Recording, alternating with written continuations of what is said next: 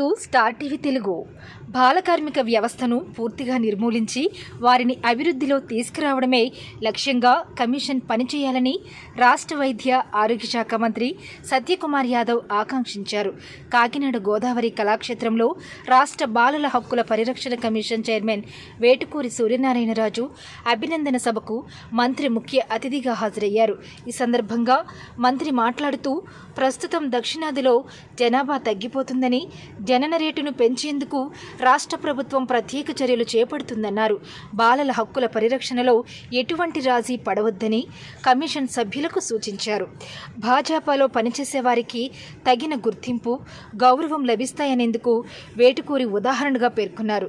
Chairman Vetukuri Suryanarayana Raju మాట్లాడుతూ బాలల హక్కుల పరిరక్షణే ధ్యేయంగా పనిచేస్తామన్నారు. ఈ కార్యక్రమంలో ఉమ్మడి తూర్పుగోదావరి జిల్లాకు చెందిన కూటమి పార్టీ ఎమ్మెల్యేలు, ఎమ్మెల్సీలు, ముఖ్యమైన నాయకులు, కార్యకర్తలు పాల్గొన్నారు.